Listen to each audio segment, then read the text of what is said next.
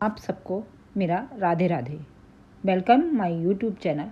आज मैं आपको गणपति बापा की सही तिथि, पूजा का मुहूर्त, उत्सव से पहले गणपति बापा को घर लेकर आने के विधि विधान के साथ मूर्ति स्थापित करने की विधि, विसर्जन सब कैसे होता है मैं आपको बताऊंगी।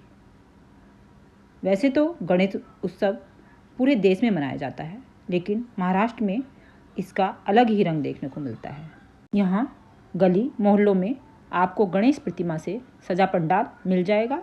यह पर्व भाद्रपद महीने की शुक्ल पक्ष की चतुर्थी तिथि से शुरू होता है और भाद्रपद माह की शुक्ल पक्ष की चतुर्थी तिथि यानी अनंत चतुर्दशी को गाजे बाजे के साथ समाप्त होता है। गणेश उत्सव के पहले दिन भक्त बप्पा की मूर्ति घर लेकर आते हैं और विधि विधान के साथ इसको स्थापित करते हैं। वहीं 10 दिन बाद इसका विसर्जन कर देते हैं। तो आपको पूजा का शुभ मुहूर्त कितने बजे से कितने बजे तक है ये मैं आपको बताती हूँ।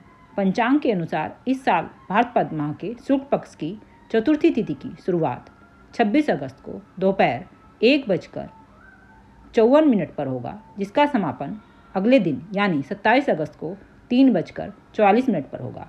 उदय तिथि के अनुसार 27 अगस्त 2025 को गणेश चतुर्थी का पर्व मनाया जाएगा। 27 अगस्त 2025 को मध्याह्न में गणेश पूजा का शुभ मुहूर्त सुबह 11:05 से लेकर दोपहर 1:40 तक है।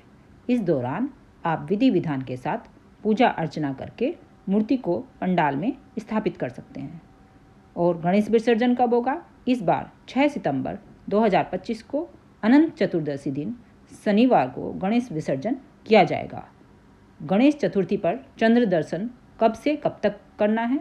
26 अगस्त 2025 को चंद्र दर्शन का समय दोपहर 1:54 से लेकर रात 8:29 तक है। वही 27 अगस्त 2025 को सुबह 9:28 से लेकर 8:57 तक वर्जित चंद्र दर्शन का समय है।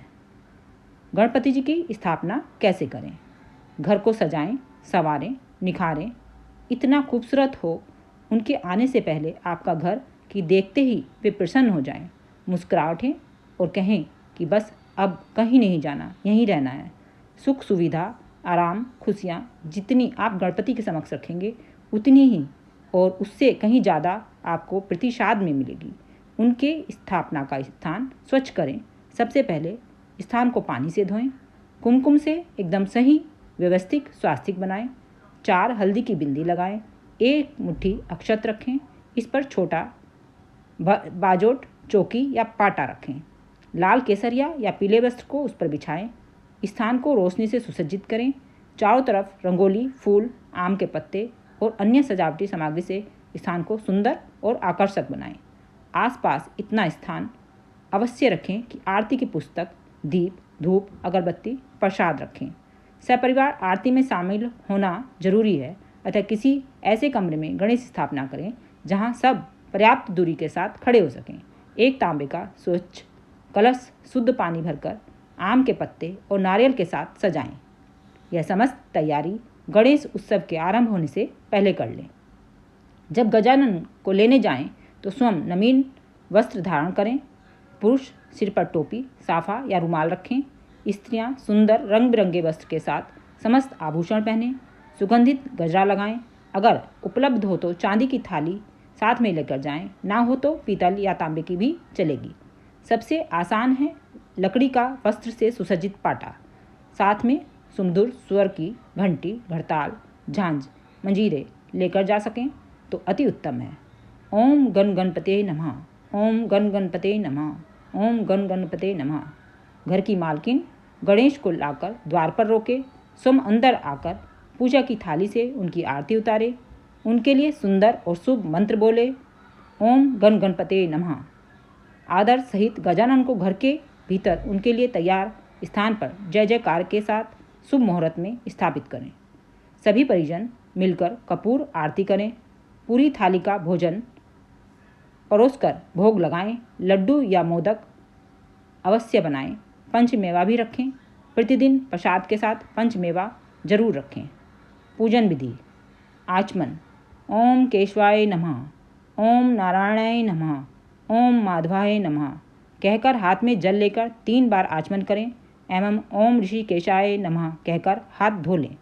इसके बाद प्रणाम करें। एक शरीर शुद्धि निम्न मंत्र से करें। मंत्र बोलते हुए सभी ओर जल छिड़कें।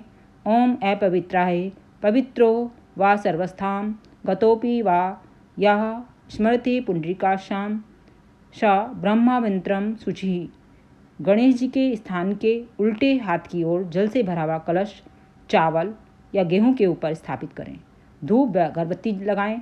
कलश के मुख पर मोली बांधें एवं आम पत्र के साथ एक नारियल उसके मुख पर रखें। नारियल की जटाएं सदैव ऊपर रहनी चाहिए। घी एवं चंदन को तांबे के कलश में नहीं रखना चाहिए। गणेश जी के स्थान के सीधे हाथ की तरफ से घी का दीपक एक दक्षिणवर्ती शंख रखना चाहिए। सुपारी गणेश भी रखें। पूजन के प्रारंभ में हाथ में अक्षत जल एवं पुष्प लेकर स्वस्ति वाचन गणेश ध्यान एवं समस्त देवताओं का स्मरण करें। अब अक्षत एवं पुष्प चौकी पर समर्पित करें। इसके पश्चात एक सुपारी में मोली लपेटकर चौकी पर थोड़े से अक्षत रख उस पर वह सुपारी स्थापित करें। भगवान गणेश का आह्वान करें। गणेश आह्वान के बाद कलश पूजन करें। कलश उत्तर पूर्व दिशा या चौकी की बाईं ओर स्थापित करें। 10 दिन तक नियमित समय पर आरती करें। अपनी सुविधा अनुसार समय को घटाएं या बढ़ाएं नहीं। गणेश जी प्रतीक्षा करना कतई पसंद नहीं करते। उन्हें समय पर प्रसाद और आरती से प्रसन्न करें। ओम गणेशाय नमः, ओम गणेशाय नमः, ओम गणेशाय नमः। मैं आपको गणेश जी की कथा सुना रही हूँ। पुराणों के अनुसार एक बार सभी देवता संकट में घिर गए और परेशान होकर भगवान शिव के पास पहुँचे। उस समय भगवान शिव और माता पार्वती अपने दोनों पुत्र कार्तिकेय और गणेश जी के साथ मौजूद थे। देवताओं की समस्या सुनकर भगवान शिव ने अपने पुत्रों से कहा कि तुम दोनों में से इनकी समस्याओं का निवारण कौन कर सकता है। ऐसे में दोनों ने एक ही स्वर में खुद को योग्य बताया। भगवान शिव असमंजस में पड़ गए किस से कार्य सौंपा जाए। तो ऐसे में भगवान शिव ने एक तरकीब निकाली और अपने पुत्रों से कहा, तुम दोनों में से जो सबसे पहले इस पूरी पृथ्वी पर चक्कर लगाकर आएगा वही देवताओं की मदद करने जाएगा। शिव जी की बात सुनकर कार्तिकेय अपने वाहन मोर पर बैठकर निकल गए। लेकिन गणेश सोचने लगे कि मूषक पर बैठकर वह कैसे इतनी जल्दी पृथ्वी की परिक्रमा कर पाएंगे। बहुत सोच विचार के बाद वे अपने स्थान से उठे और अपने माता पिता की 7 बार परिक्रमा करके अपने स्थान पर वापस बैठ गए और कार्तिकेय के आने का इंतजार करने लगे। भगवान शिव ने गणेश जी से परिक्रमा न करने का कारण पूछा तो उन्होंने कहा कि माता पिता के चरणों में ही समस्त लोक हैं। उनके इस जवाब से भगवान शिव भी प्रसन्न हुए और उन्हें देवता की मदद करने का कार्य सौंपा।